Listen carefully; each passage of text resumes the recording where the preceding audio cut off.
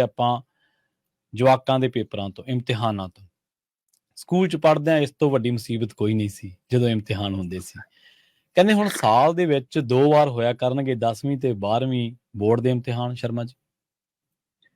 ਬਿਲਕੁਲ ਜੀ, ਇਹਦੇ ਵਿੱਚ ਕੋਈ ਸ਼ੱਕ ਨਹੀਂ ਗਾ ਪ੍ਰਵੀਨ ਜੀ ਕਿ ਜਿਹੜੀ ਨਵੀਂ ਸਿੱਖਿਆ ਨੀਤੀ ਕੇਂਦਰ ਲੈ ਕੇ ਆਇਆ, ਜਿਹਨੂੰ ਇਹਨੇ ਮਤਲਬ ਕਿ 2020 ਦੇ ਵਿੱਚ ਸਾਹਮਣੇ ਲਿਆਂਦਾ ਸੀ, ਹਾਂਜੀ, ਤੇ ਹੁਣ ਉਹਦਾ ਅਮਲੀ ਜਾਮਾ ਨੂੰ ਪਹਿਨਾਇਆ ਜਾ ਰਿਹਾ। ਬਕਾਇਦਾ ਤੌਰ ਤੇ ਨੋਟੀਫਿਕੇਸ਼ਨ ਕੇਂਦਰ ਵੱਲੋਂ ਮਤਲਬ ਕਿ ਜਾਰੀ ਕਰ ਦਿੱਤਾ ਗਿਆ ਬੁੱਧਵਾਰ ਨੂੰ ਲੰਘੇ ਕੱਲ। ਜੇਕਰ ਮੈਂ ਗੱਲ ਕਰਾਂ ਤਾਂ ਭਾਰਤੀ ਸਮੇਂ ਅਨੁਸਾਰ ਨਵੀਂ ਸਿੱਖਿਆ ਨੀਤੀ ਦੇ ਤਹਿਤ ਬਕਾਇਦਾ ਤੌਰ ਤੇ ਐਕੈਡਮਿਕ ਸੈਸ਼ਨ ਹੈ ਜਿਹੜਾ 2024-25 ਦੇ ਲਈ, ਉਹਦੇ ਤਹਿਤ ਇਹ ਫੈਸਲਾ ਕੀਤਾ ਗਿਆ ਕਿ ਨਵੀਂ ਸਿੱਖਿਆ ਦੇ ਤਹਿਤ ਹੁਣ 10ਵੀਂ ਦੇ ਔਰ 12ਵੀਂ ਦੇ ਜਿਹੜੇ ਬੋਰਡ ਦੇ ਪੇਪਰ ਨੇ, ਬੋਰਡ ਦੇ ਇਮਤਿਹਾਨ ਨੇ, ਉਹ ਸਾਲ 'ਚ 2 ਵਾਰ ਹੋਇਆ ਕਰਨਗੇ। ਠੀਕ ਹੈ ਜੀ। ਤੇ ਉਹਦਾ ਭਾਵ ਇਹ ਨਹੀਂਗਾ ਕਿ ਜਵਾਕਾਂ ਨੂੰ 2 ਵਾਰ ਪੇਪਰ ਉਸ ਵੱਲ ਦੇਣੇ ਪੈਣੇ। 2 ਵਾਰ ਪੇਪਰਾਂ 'ਚੋਂ ਜਿਹਦੇ ਨੰਬਰ ਵੱਧ ਹੋਣ ਉਹ ਮੰਨੇ ਜਾਣਗੇ। ਠੀਕ ਹੈ ਜੀ। ਤੇ ਇਹਦੇ ਵਿੱਚ ਮਤਲਬ ਕਿ ਇਹ ਦੱਸਣ ਦੀ ਕੋਸ਼ਿਸ਼ ਕੀਤੀ ਜਾ ਰਹੀ ਕਿ ਅਸੀਂ ਜਵਾਕਾਂ ਦੇ ਲਈ ਇੱਕ ਤਰ੍ਹਾਂ ਨਾਲ ਚੋਣ ਵਿਧੀ ਲਿਆ ਰਹੇ ਹਾਂ ਕਿ ਉਹਦੇ ਕੋਲ ਚੁਆਇਸ ਹੈ ਕਿ ਉਹਦੀ ਜਦੋਂ ਤਿਆਰੀ ਹੋ ਗਈ ਉਹ ਕਹੇ ਜੀ ਲਓ ਮੇਰੇ ਪੇਪਰ ਲੈ ਲਓ ਹੁਣ, ਹੈ ਨਾ, ਕਿ ਉਹਨੂੰ ਪੂਰਾ ਸਾਲ, ਜੇਕਰ ਉਸਨੂੰ ਉਹੀ ਮਾਨਤਾ ਦਾ ਠੀਕ ਹੈ ਦੂਆ ਨਾ ਵੀ ਦੇਵੇ ਚਾਹੇ, ਪਰ ਜੇਕਰ ਉਹਨੂੰ ਲੱਗਦਾ ਕਿ ਮੈਂ ਦੂਏ 'ਚ ਹੋਰ ਵੱਧ ਲੈ ਸਕਦਾ ਫਿਰ ਉਹ ਦੂਏ ਪੇਪਰ ਦੇ ਲਵੇ। ਤੇ ਇਹਦੇ ਹਵਾਲੇ ਨਾਲ ਸਰਕਾਰ ਕਹਿੰਦੀ ਕਿ ਇਹਦੇ ਨਾਲ ਬੱਚਿਆਂ ਤੇ ਵਜਨ ਘੱਟ ਪਊਗਾ ਜੀ, ਅਸੀਂ ਸਿਲੇਬਸ ਘੱਟ ਕਰਨ ਜਾ ਰਹੇ ਹਾਂ, ਅਸੀਂ ਕਿਤਾਬਾਂ ਦਾ ਵਜਨ ਘਟਾਉਣ ਜਾ ਰਹੇ ਹਾਂ।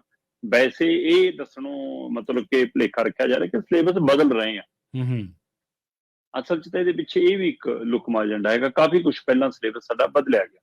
ਸੋ ਪਰ ਹੁਣ ਨਵੀਂ ਸਿੱਖਿਆ ਨੀਤੀ ਦੇ ਤਹਿਤ ਬਕਾਇਦਾ ਤੌਰ ਤੇ ਇੱਕ ਨੋਟੀਫਿਕੇਸ਼ਨ ਜਾਰੀ ਹੋ ਗਿਆ ਜਿਹਦੇ ਤਹਿਤ ਇਹ ਤੈਅ ਆ ਕਿ 11ਵੀਂ ਤੇ 12ਵੀਂ ਵਾਲੇ ਜਿਹੜੇ ਵਿਦਿਆਰਥੀ ਨੇ ਮਤਲਬ ਉਹ ਇਸ ਹਿਸਾਬ ਨਾਲ ਤਿਆਰੀ ਕਰਨਗੇ ਤਾਂ ਕਿ ਉਹ ਅੱਗੇ ਜਾ ਕੇ ਆਪਣੀ ਜਿਹੜੀ ਮਰਜ਼ੀ ਸਟਰੀਮ 'ਚ ਚਲੇ ਜਾਣ, ਉਹਦੇ ਲਈ ਕੋਈ ਦਿੱਕਤ ਨਹੀਂ ਆਊਗੀ।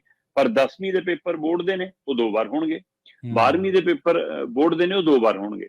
ਠੀਕ ਹੈ। ਇਹਦਾ ਮਤਲਬ ਇਹ ਨਹੀਂ ਹੈਗਾ ਕਿ ਉਹਦੇ ਨਾਲ ਕੋਈ ਉਹਨਾਂ ਦੀ ਅਗਲੀ, ਚਾਹੇ ਉਹ ਕਮਰਸ ਜਾਣਾ ਹੈ ਜਾਂ ਕਿਸੇ ਮਤਲਬ ਮੈਡੀਕਲ 'ਚ ਜਾਣਾ ਹੈ ਜਾਂ ਨਾਰਮਲ BA ਕਰਨੀ ਹੈ, ਤਾਂ ਉਹਦੇ ਉੱਤੇ ਕੋਈ ਕਿਸੇ ਤਰ੍ਹਾਂ ਦਾ ਪ੍ਰਭਾਵ ਨਹੀਂ ਹੈ ਨਾ, ਉਹ ਉਸੇ ਤਰ੍ਹਾਂ ਰਹੂ। ਪਰ ਨਾਲ ਸ਼ਰਤ ਜਿਹੜੀ ਰੱਖੀ ਗਈ ਆ ਉਹ ਇਹ ਰੱਖੀ ਗਈ ਆ ਕਿ ਭਾਈ 2 ਭਾਸ਼ਾਵਾਂ ਜ਼ਰੂਰ ਪੜ੍ਹਨੀਆਂ ਪੈਣਗੀਆਂ। ਠੀਕ ਹੈ। 11ਵੀਂ ਤੇ ਮਤਲਬ 10ਵੀਂ ਤੇ 12ਵੀਂ, ਹੈ ਨਾ। ਸੋ ਉਹਦੇ ਲਈ ਇਹ 2 ਭਾਸ਼ਾਵਾਂ ਦੀ ਵਿਧਾ ਜ਼ਰੂਰ ਰੱਖੀ ਕਿ ਘੱਟੋ ਘੱਟ 2 ਭਾਸ਼ਾਵਾਂ ਜ਼ਰੂਰ ਨਾਲ ਪੜ੍ਹਨੀਆਂ ਪੈਣਗੀਆਂ। ਉਹਦੇ ਵਿੱਚ ਇੱਕ ਭਾਸ਼ਾ ਭਾਰਤੀ ਭਾਸ਼ਾ ਹੋਣੀ ਜ਼ਰੂਰੀ ਆ। ਮਤਲਬ ਜਿਵੇਂ ਆਪਾਂ ਵੀ ਜਦੋਂ ਸਕੂਲੇ ਪੜ੍ਹਦੇ ਸੀ ਤਦ ਵੀ ਸਾਨੂੰ 6ਵੀਂ ਤੋਂ ਆ ਕੇ ਅੰਗਰੇਜ਼ੀ ਲੱਗਦੀ ਸੀ ਨਾ। ਹਾਂਜੀ। ਸੋ ਉਹ ਤੋਂ ਪਹਿਲਾਂ ਤੱਕ ਤਾਂ ਅਸੀਂ ਆਪਣਾ ਪੰਜਾਬੀ 'ਚ ਪੜ੍ਹਦੇ ਆਏ ਹਾਂ ਸਾਰਾ ਕੁਝ, ਪਰ ਹੌਲੀ ਹੌਲੀ ਇਸ ਕਦਰ ਸ਼ੁਰੂ ਤੋਂ ਹੀ ਅੰਗਰੇਜ਼ੀ ਵੀ, ਸ਼ੁਰੂ ਤੋਂ ਹਿੰਦੀ ਵੀ, ਸ਼ੁਰੂ ਤੋਂ ਪੰਜਾਬੀ ਤਾਂ ਉਹਨਾਂ ਹੈਗੀ ਹੈ, ਪਰ ਪੰਜਾਬੀ ਕਈ ਥਾਵਾਂ ਤੇ ਉਲਟਾ ਲਾਂਭੇ ਕਰਤੀ, ਹਿੰਦੀ ਤੇ ਅੰਗਰੇਜ਼ੀ ਵੱਧ ਥੋਪਤੀ ਜਵਾਕਾਂ ਮੂਹਰੇ ਕਰਤੇ। ਬਿਲਕੁਲ। ਉਸ ਕਾਰਨ ਜ਼ਿਆਦਾ ਅਸਰ ਪੈਂਦਾ ਕਿ ਬੱਚੇ ਆਪਣੀ ਬੋਲੀ ਦੇ ਵਿੱਚ ਵੀ ਪਰਪੱਕ ਨਹੀਂ ਹੋ ਪਾਉਂਦੇ, ਖਾਸ ਕਰ ਲਿਖਣ ਤੇ ਪੜ੍ਹਨ ਦੇ ਵਿੱਚ, ਤੇ ਦੂਜੀਆਂ ਭਾਸ਼ਾਵਾਂ ਨੂੰ ਤਾਂ ਉਹਨਾਂ ਨੇ ਪਰਪੱਕ ਹੋਣਾ ਹੀ ਕੀ ਆ। ਸੋ ਇਸ ਲਈ ਉਹ ਕਿਸੇ ਵੀ ਭਾਸ਼ਾ 'ਚ ਨਿਪੁੰਨ ਨਹੀਂ ਬਣ ਪਾਉਂਦੇ। ਇਹਦੇ ਉੱਤੇ ਅਜੇ ਵੀ ਨਵੀਂ ਸਿੱਖਿਆ ਨੀਤੀ ਕੁਝ ਗੋਲ ਕਰਦੀ ਨਜ਼ਰ ਆਉਂਦੀ ਆ, ਕੁਝ ਭੁਲੇਖਾ ਰੱਖਦੀ ਨਜ਼ਰ ਆਉਂਦੀ ਆ ਕਿ ਸਾਡੀ ਆਪਣੀ ਭਾਸ਼ਾ ਨੂੰ ਲੈ ਕੇ 2 ਭਾਸ਼ਾਵਾਂ ਪੜ੍ਹਨੀਆਂ ਜ਼ਰੂਰੀ, ਉਹਨਾਂ 'ਚ ਭਾਰਤੀ ਭਾਸ਼ਾ ਇੱਕ ਹੋਣੀ ਜ਼ਰੂਰੀ ਹੈ। ਕੀ ਇਹਦੇ ਹਵਾਲੇ ਦੇ ਨਾਲ ਸਿਰਫ ਅੰਗਰੇਜ਼ੀ ਤੇ ਹਿੰਦੀ ਨੂੰ ਅੱਗੇ ਲਿਆਉਣ ਦੀ ਕਵਾਇਦ ਤਾਂ ਨਹੀਂ ਹੋਏਗੀ? ਇਹ ਵੀ ਇੱਕ ਸ਼ੰਕੇ ਖੜੇ ਨੇ ਕਿ ਕਿਤੇ ਖੇਤਰੀ ਭਾਸ਼ਾਵਾਂ ਨੂੰ ਤੁਸੀਂ ਇੱਕ ਤਰ੍ਹਾਂ ਨਾਲ ਫਿਰ ਇਹਦੇ ਹਵਾਲੇ ਨਾਲ ਲਾਂਭੇ ਕਰਨ ਦੀ ਕੋਸ਼ਿਸ਼ ਕਰੋਗੇ। ਦੇਸ਼ ਭਰ ਦੀ ਭਾਸ਼ਾ ਦੇ ਹਵਾਲੇ ਜਿਵੇਂ ਪ੍ਰਚਾਰਿਆ ਜਾਂਦਾ ਉਸ ਹਿਸਾਬ ਨਾਲ ਕਹੋਗੇ ਹਿੰਦੀ ਜ਼ਰੂਰ ਪੜ੍ਹੋ ਜੀ, ਤੇ ਦੁਨੀਆ ਭਰ ਦੇ ਹਵਾਲੇ ਤੁਸੀਂ ਕਹੋ ਅੰਗਰੇਜ਼ੀ ਜ਼ਰੂਰ ਪੜ੍ਹੋ ਜੀ। ਕਿਤੇ ਉਹਦੇ ਨਾਲ ਖੇਤਰੀ ਭਾਸ਼ਾਵਾਂ ਤੇ ਇੱਕ ਨਵਾਂ ਹਮਲਾ ਤਾਂ ਨਹੀਂ ਹੋਣ ਜਾ ਰਿਹਾ? ਇਹਨੂੰ ਲੈ ਕੇ ਸਿੱਖਿਆ ਨੀਤੀਆਂ ਦੀ ਸਿੱਖੀ ਜਿਹੜੇ ਸਿੱਖਿਆ ਦੇ ਨਾਲ ਸੰਬੰਧਿਤ ਮਾਹਰ ਨੇ, ਮੈਂ ਉਹਨਾਂ ਦੀ ਰਾਏ ਦਾ ਇੰਤਜ਼ਾਰ ਕਰ ਰਿਹਾ ਕਿ ਉਹ ਇਸ ਨੂੰ ਕਿਵੇਂ ਦੇਖਦੇ ਨੇ। ਹੁਣ ਆਉਂਦੇ ਦਿਨਾਂ 'ਚ ਉਹਨਾਂ ਦਾ ਇਹ ਪੱਖ ਕੀ ਆਉਂਦਾ। ਪਰ ਇਸ ਹਵਾਲੇ ਨਾਲ ਕਿ ਜਵਾਕਾਂ ਲਈ ਅਸੀਂ ਰਾਹਤ ਲੈ ਕੇ ਆਏ ਹਾਂ ਕਿ ਗੱਲ ਇਹ ਵੱਡਾ ਮੁੱਦਾ ਬਣ ਜਾਵੇ ਤੇ ਆਹ 2 ਭਾਸ਼ਾਵਾਂ ਵਾਲਾ ਗੱਲ ਕਿਤੇ ਠੰਡੇ ਵਾਸਤੇ ਪੈ ਜਾਵੇ, ਇਹਦੇ ਉੱਤੇ ਮੇਰੀ ਨਜ਼ਰ ਰਹੂਗੀ। ਹਾਂ, ਜਿੱਥੋਂ ਤੱਕ ਨਵੀਂ ਸਿੱਖਿਆ ਨੀਤੀ ਦੀ ਗੱਲ ਆ, 1986 ਦੇ ਵਿੱਚ ਪਹਿਲੀ ਸਿੱਖਿਆ ਨੀਤੀ ਸਾਡੀ ਆਈ ਸੀ, ਜਿਹਦੇ ਵਿੱਚ ਸਮੇਂ-ਸਮੇਂ ਬਦਲਾਅ ਹੁੰਦੇ ਰਹੇ। ਅਜੇ ਤੱਕ ਅਸੀਂ ਇਹੀ ਸਮਝ ਨਹੀਂ ਪਾਉਂਦੇ ਕਿ ਸਿਲੇਬਸ ਕੀ ਰੱਖਣਾ, ਪ੍ਰੀਖਿਆ ਦਾ ਤਰੀਕਾ ਕੀ ਰੱਖਣਾ, ਕਦੇ ਕਿਹੜੀ ਕਲਾਸ ਬੋਰਡ ਦੀ ਕਰ ਲਓ, ਕਦੇ ਤੋੜ ਲਓ, ਕਦੇ ਆਹ ਕਿਤਾਬ ਲਾ ਦਿਓ, ਕਦੇ ਆਹ ਹਟਾ ਦਿਓ। ਅਸੀਂ ਜਵਾਕਾਂ ਨਾਲ ਹੀ ਤਜਰਬੇ ਕਰੀ ਜਾਂਦੇ ਹਾਂ ਜੀ। ਸੋ ਉਹ 'ਚ ਬਦਲਾਅ ਹੁੰਦੇ ਆ ਰਹੇ ਸੀ। ਪਰ ਹੁਣ ਫਿਰ 2020 ਦੇ ਵਿੱਚ ਨਵੀਂ ਸਿੱਖਿਆ ਨੀਤੀ ਆਈ, ਹੈ ਨਾ। 7/4/2023 ਨੂੰ ਬਕਾਇਦਾ ਤੌਰ ਤੇ ਇਹਨੂੰ ਮਾਨਤਾ ਦਿੱਤੀ ਗਈ ਤੇ ਉਸ ਸਮੇਂ ਵੀ ਆਪਾਂ ਇਸੇ ਪ੍ਰੋਗਰਾਮ 'ਚ ਗੱਲ ਕੀਤੀ ਸੀ ਜਦੋਂ ਇਹਨਾਂ ਨੇ ਕਿਹਾ ਸੀਗਾ ਕਿ 10ਵੀਂ ਤੇ 12ਵੀਂ ਦੀਆਂ ਪ੍ਰੀਖਿਆਵਾਂ ਦੇ ਨਤੀਜਿਆਂ ਦੇ ਵਿੱਚ 9ਵੀਂ ਤੇ 11ਵੀਂ ਦੇ ਨੰਬਰ ਵੀ ਸ਼ਾਮਲ ਹੋਣਗੇ। ਠੀਕ ਹੈ। ਆਪਾਂ ਇਸ ਪ੍ਰੋਗਰਾਮ ਜ਼ਿਕਰ ਕੀਤਾ ਸੀ ਕਿ 9ਵੀਂ ਤੇ 11ਵੀਂ ਦੇ ਨੰਬਰ ਵੀ, ਤਾਂ ਕਿ ਨਿਆਣੇ ਉਹਨੂੰ ਵੀ ਪੂਰਾ ਉਹ ਲੈਣ। ਪਰ ਹੁਣ ਸਿੱਖਿਆ ਮੰਤਰਾਲੇ ਅਨੁਸਾਰ ਮਤਲਬ ਕਿ 2024 ਤੋਂ ਇਹ ਨਵਾਂ ਰੂਲ ਲਾਗੂ ਹੋਊਗਾ ਜੀ। ਮਤਲਬ 2024-25 ਵਾਲਾ ਜਿਹੜਾ ਵਿਦਿਅਕ ਵਰ੍ਹਾ ਹੋਊਗਾ ਉਹਦੇ ਵਿੱਚ ਉਹਦੇ ਹਵਾਲੇ ਨਾਲ ਇਹ ਖਬਰ ਆ।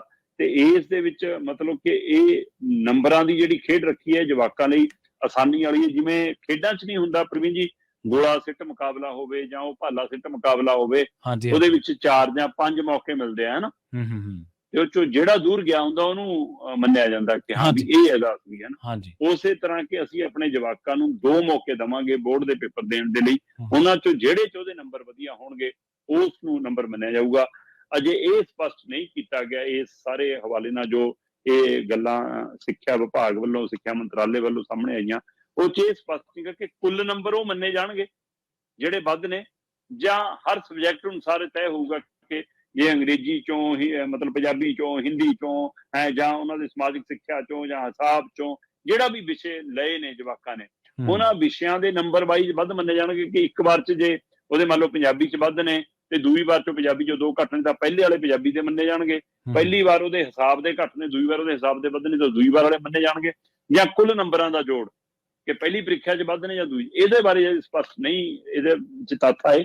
ਸੋ ਇਸੇ ਲਈ ਮੇਰੀ ਨਜ਼ਰ ਹੈ ਕਿ ਕਿਉਂਕਿ ਸਿੱਖਿਆ ਨੀਤੀ ਜਦੋਂ ਨਵੀਂ ਸਾਹਮਣੇ ਖਰੜੇ ਦੇ ਰੂਪ 'ਚ ਆ ਰਹੀ ਸੀ ਜਾਂ ਇਹਦੀ ਚਰਚਾ ਤੁਰੀ ਸੀ ਤਾਂ ਇਹਦੇ ਉੱਤੇ ਕਈ ਸਿੱਖਿਆ ਮਾਹਿਰਾਂ ਨੇ ਕਈ ਤਰ੍ਹਾਂ ਦੇ ਸਵਾਲ ਖੜੇ ਕੀਤੇ ਸੀ ਕਿ ਇਹ ਦੇਸ਼ ਦੇ ਜਵਾਕਾਂ ਦੇ ਨਾਲ ਕਾਫੀ ਕੁਛ, ਸੋ ਉਹਦਾ ਓਲਾ ਹੋਣਾ ਸਪਸ਼ਟ ਹੋਣ ਲੱਗਿਆ। ਜਿਹੜੀ 2 ਭਾਸ਼ਾਵਾਂ ਵਾਲੀ ਖੇਡ ਹੈ, ਇਹਦੇ ਪਿੱਛੇ ਮੈਨੂੰ ਖੇਡ ਲੱਗਦੀ ਹੈ ਕਿ ਖੇਤਰੀ ਭਾਸ਼ਾਵਾਂ ਨੂੰ ਹੋਰ ਧੱਕਾ ਮਾਰਨ ਦੀ, ਹੋਰ ਪਿੱਛੇ ਕਰਨ ਦੀ, ਹੋਰ ਖੁੱਡੇ ਲਾਈਨ ਦੀ ਕਿਤੇ ਇਹਦੇ ਪਿੱਛੇ ਸਾਜ਼ਿਸ਼ ਨਾ ਹੋਵੇ, ਇਹਦੇ ਉੱਤੇ ਨਜ਼ਰ ਰੱਖਣ ਦੀ ਲੋੜ ਆ। ਪਰ ਵਿਦਿਆਰਥੀਆਂ ਦੇ ਲਈ ਰਾਹਤ ਵਾਲੀ ਗੱਲ ਇਹ ਹੈ ਕਿ ਉਹਨਾਂ ਨੂੰ ਪ੍ਰੀਖਿਆਵਾਂ ਦੇ ਮੌਕੇ 2 ਵਾਰ ਮਿਲਣੇ ਆ ਜੀ।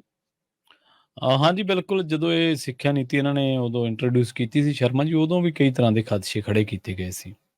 ਔਰ ਜਿਹੜਾ ਤੁਸੀਂ 2 ਭਾਸ਼ਾਵਾਂ ਵਾਲਾ, ਇਹ ਗੱਲ ਬਿਲਕੁਲ ਜਾਇਜ਼ ਹੈ ਕਿ ਇੱਕ ਸਾਡੇ ਦੇਸ਼ ਦੀ ਭਾਸ਼ਾ ਉਹ ਤਾਂ ਸਾਰਿਆਂ ਲਈ ਮੰਨਣੀ ਪੈਣੀ ਹੈ, ਤੇ ਜਿਵੇਂ ਕੌਮਾਂਤਰੀ ਧੱਕੇ ਨਾਲ ਭਾਸ਼ਾ ਧੱਕੇ ਨਾਲ ਮਨਾਈ, ਹਾਂ ਉਹ ਤਾਂ ਮੰਨਣੀ ਪੈਣੀ।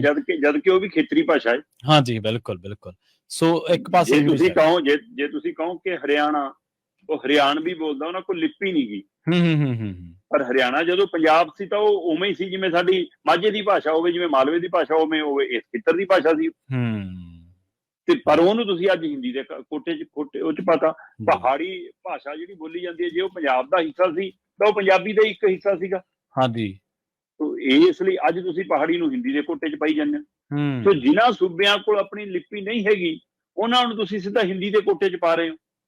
ਸੋ ਇਸ ਤਰ੍ਹਾਂ ਹਿੰਦੀ ਨੂੰ ਰਾਸ਼ਟਰੀ ਭਾਸ਼ਾ ਬਣਾ ਕੇ, ਜਦੋਂ ਕਿ ਹਿੰਦੀ ਇੱਕ ਸਧਾਰਨ ਖੇਤਰੀ ਭਾਸ਼ਾਵਾਂ ਮੰਗ ਹੈ, ਜਿਵੇਂ ਸਾਡੀ ਪੰਜਾਬੀ ਹੈ, ਜਿਵੇਂ ਗੁਜਰਾਤੀ ਹੈ, ਜਿਵੇਂ ਬੰਗਾਲੀ ਹੈ, ਉਸੇ ਤਰ੍ਹਾਂ ਦੀ ਇੱਕ ਭਾਸ਼ਾ, ਪਰ ਉਸ ਨੂੰ ਤੁਸੀਂ ਸਾਰਿਆਂ ਥੋਪਣ ਦੀ, ਇਸੇ ਲਈ ਇਹ ਖਤਰਾ ਖੜਾ ਕਿ ਉਸ ਦੇ ਨਾਂ ਦੇ ਉੱਤੇ ਖੇਡ ਹੋ ਸਕਦੀ ਹੈ ਕਿ ਭਾਈ ਆਪਣੀਆਂ ਭਾਸ਼ਾਵਾਂ ਨੂੰ ਭੁਲਾ ਕੇ ਹਿੰਦੀ ਔਰ ਅੰਗਰੇਜ਼ੀ ਨੂੰ ਮੂਹਰੇ ਲਿਆਂਦਾ ਜਾਵੇ। ਜੀ।